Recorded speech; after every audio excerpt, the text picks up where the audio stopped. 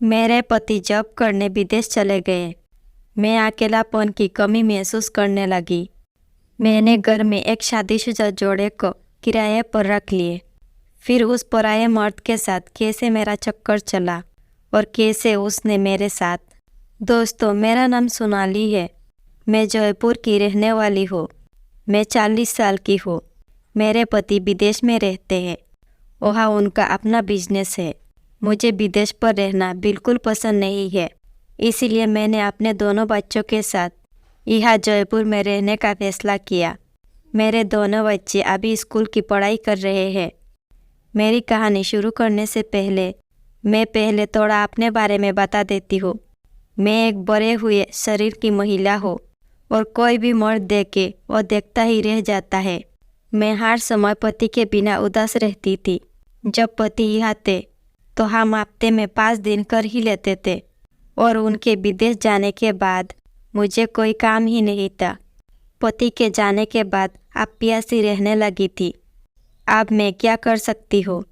हमारा घर बड़ा था और मैं सारे घर की देखभाल और साफ सफाई अकेली नहीं कर सकती थी। मेरे पति को गए हुए 2 साल हो गए थे और फिर मैंने हमारा मकान किराए पर दे दिया। नीचे वाले हिस्से में हम रहते थे और ऊपर वाले हिस्से में किराएदार रहने लगे। वहाँ एक जुड़ पति पत्नी रहने आए थे। महिला की उम्र करीब 32 साल की होगी और आदमी 35 के आसपास का था। उनके नाम निम्मी और नवीन थे। नवीन एक सॉफ्टवेयर इंजीनियर था और निम्मी एक अस्पताल में डॉक्टर थी। दोनों की कोई संतान नहीं थी। नवीन देखने में बहुत ही हैंडसम था। सबसे ज़्यादा उसमें एक बात जो मुझे अच्छी लगती थी वो था उसका मुझे शरारत भरी नज़रों से देखना। करीब 3 महीने ऐसे ही गुजर गए। मेरी दोनों से नॉर्मल बात हुआ करती थी। कभी खाना बनाकर मैं उन्हें दे दिया करती थी। मैंने कभी किसी चीज़ के लिए उन्हें मना नहीं किया। 3 महीने के बाद निम्मी के ड्यूटी का समय रात को हो गया और नवीन का दिन का ही रहा। निम्मी को रात में हॉस्पिटल जाते वक्त करीब 1 हफ्ते हो गया था। इधर मेरे दोनों बच्चों के स्कूल की छुट्टियां पड़ गई थी और वो हमेशा की तरह अपनी नानी के पास जाने की जिद करने लगे। एक दिन मेरा भाई आया तो मैंने दोनों को उसके साथ भेज दिया। मैं नहीं गई उनके साथ क्योंकि यहाँ घर को अकेला नहीं छोड़ सकती थी।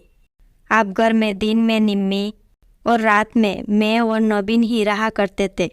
एक दिन निम्मी के हॉस्पिटल जाने के बाद रात के करीब 10 बजे मेरा मन छत पर घूमने का हुआ। मैं जैसे ही छत पर गई तो देखा कि नवीन वहाँ पहले से ही घूम रहा था। मुझे देखकर वो मुस्कुरा दिया। साथ ही मैंने भी मुस्कुराहट के साथ उसका जवाब दिया। वहाँ ऊपर अच्छी हवा चल रही थी। मैंने नवीन को बोला, आज कितना अच्छा मौसम है ना। नवीन, सही कहा भाभी जी, ऐसी हवा भी कभी कभी नसीब होती है। मैंने बोला, क्या तुम्हें नींद नहीं आ रही है? दिन भर बाहर काम करके आते हो तो आराम की ज़रूरत तो पड़ती होगी आपको। नवीन, भाभी जी, एक अच्छी नींद लिए हुए अरसा हो गया। सुकून की नींद तो बचपन में ही आया करती थी, अब तो बस ज़बरदस्ती सोना पड़ता है। मैं बोली, सही कहा नवीन, जैसे जैसे उम्र बढ़ रही है वैसे वैसे ज़िंदगी से सुकून ख़त्म होता जा रहा है। नवीन, क्या आपको नींद नहीं आ रही? नहीं, मेरी भी नींद आपकी तरह ही है। लेट ही सोती हूँ और कभी कभी तो सो ही नहीं पाती। नवीन, ओहो, मुझे लगा सिर्फ मेरा ही वही हाल है।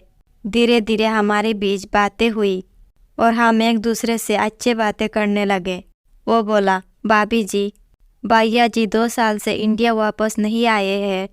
क्या आपको उनकी कमी महसूस नहीं होती? मन नहीं करता उनसे मिलने का? आखिर पति है आपके और कोई पति पत्नी कैसे एक दूसरे से इतने दिन तक दूर रह सकते हैं? याद तो बहुत आती है मगर क्या कर सकती है। आप इतनी दूर से बार बार आ भी तो नहीं सकते, बस काट लेते हैं मन मार के। वैसे आप इतनी खूबसूरत है, कोई पति कैसे आप जैसे वाइफ से दूर रह सकता है? मेरी पत्नी अगर आप जैसी हो तो मैं हमेशा उसके साथ ही रहूं। मैं हंस पड़ी और मेरे साथ साथ नवीन भी हंस पड़ा।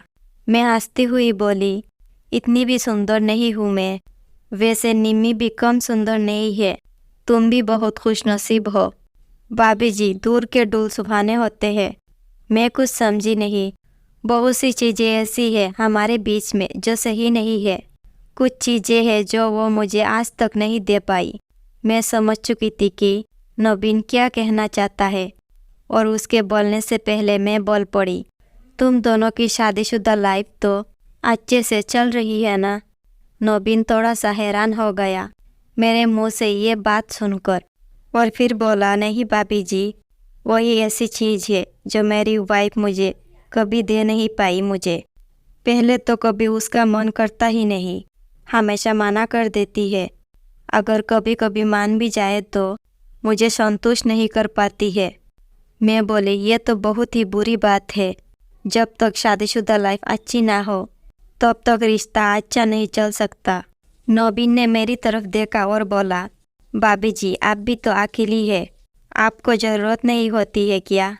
इस पर मैंने कहा, ज़रूरत तो बहुत है, मगर क्या करें, पति है नहीं। नवीन ने भी मुझे बताया कि कैसे वो अपने आप को संतुष्ट करता है। मैं अपने आप को रोक नहीं पाई और नवीन के हाथ को पकड़ लिया। अब नवीन भी समझ चुका था कि मुझे क्या चाहिए। फिर हम नीचे कमरे में आ गए। मैं भी भरपूर उसका साथ दे रही थी।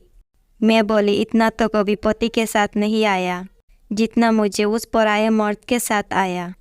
इस तरह हमने सुबह के 5 बजे तक आनंद लिए। 5 बजे नवीन उठकर अपने रूम पर चला गया क्योंकि 7 बजे निम्मी को वापस आना था। मैं भी उठी और नहाकर सो गई। उस रात के बाद जब भी मुझे और नवीन को मौका मिलता, हम करते और आनंद लेते।